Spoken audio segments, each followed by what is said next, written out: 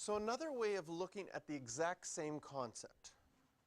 Again, we have our 2 points, and we are looking for the slope of this tangent at the point A. But instead of choosing one point A and the other point X, what we decide to do is we decide to say that this length is some variable h.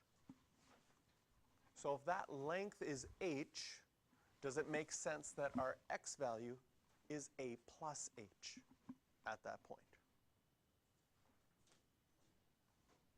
Because we start at a and we go h to the right, so it'll be a plus h. And now our y value will be f of a plus h at that point. And the same idea as before, we take this point B and we move it closer, and that tangent is pretty close. Or that secant, sorry, is closer to the tangent, but then we can move closer, and we get closer yet, and so on and so forth. So what's happening is that h value is getting smaller and smaller and smaller. So as before, we wanted our limit as x got close to a as our idea. This time, we're looking at our limit as h gets close to 0. Because if we basically have 0 for h, then those 2 points would be right on top of each other and basically the same. This is formula 2.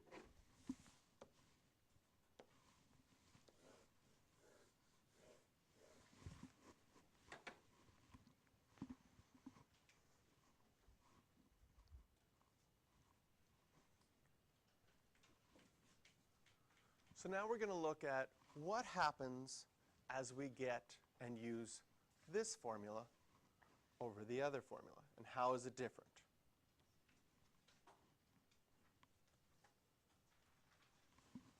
So here's our first example.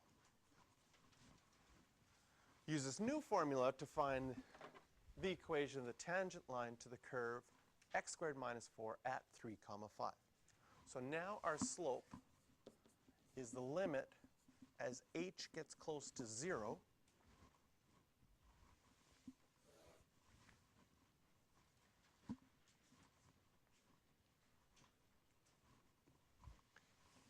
and now we're going to figure out plugging in 3 plus h.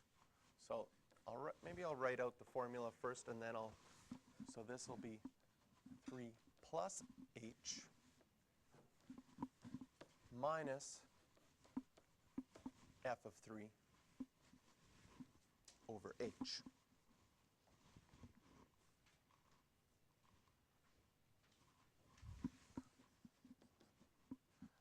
This formula requires that you know a little bit more about function notation. So a little review of function notation. If this is my function f of x, and I want to do f of 3 plus h, what I'm going to be doing is I'm going to be replacing everywhere where there's an x with a 3 plus h. What will that look like?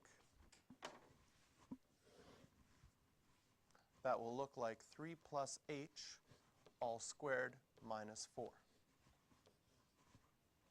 Minus, and we already know that f of 3 is 5.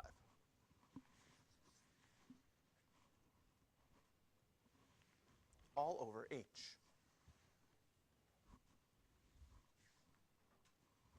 And so our slope, the limit as h goes to 0. Well, we can't plug in 0 right now because we'd still be dividing by 0. Any suggestions?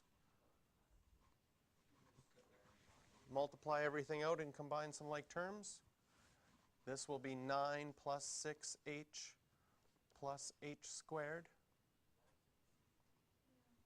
Well, if I would do 3 plus h times 3 plus h and distribute everything, can you see that you'll have a plus 3h and a plus 3h twice? And that'll make a plus 6h. And then we still have minus 4 and then minus 5 all over h. Once again, something nice happens.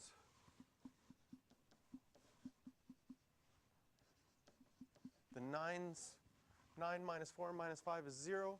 You can factor out an h with what's left.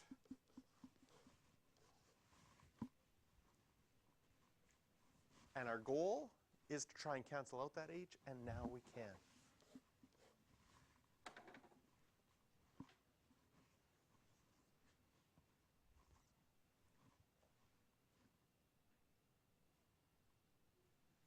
And if we plug in 0 now,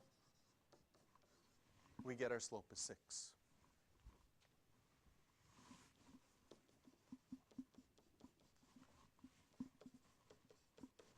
At 3, 5, I'm just going to use the one formula this time. We know that when y is 5, x is 3. Solve for b, and you'll get negative 13. So our equation will be 6x minus 13.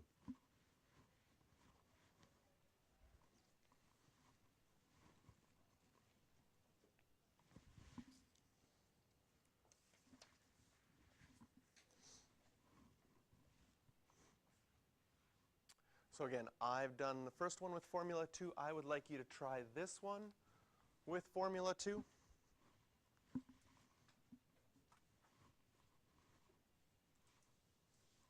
So we plug things into the formula, and then we get the limit as h goes to 0 of the square root of 9 plus h minus 3 all over h. And there's not much you can do with that, and you're still dividing by 0 if you plug in 0 for h. So here we have to rationalize the numerator.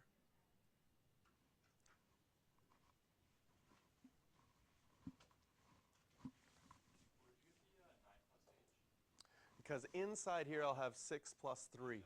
Yeah, I just put those like terms together. Yes?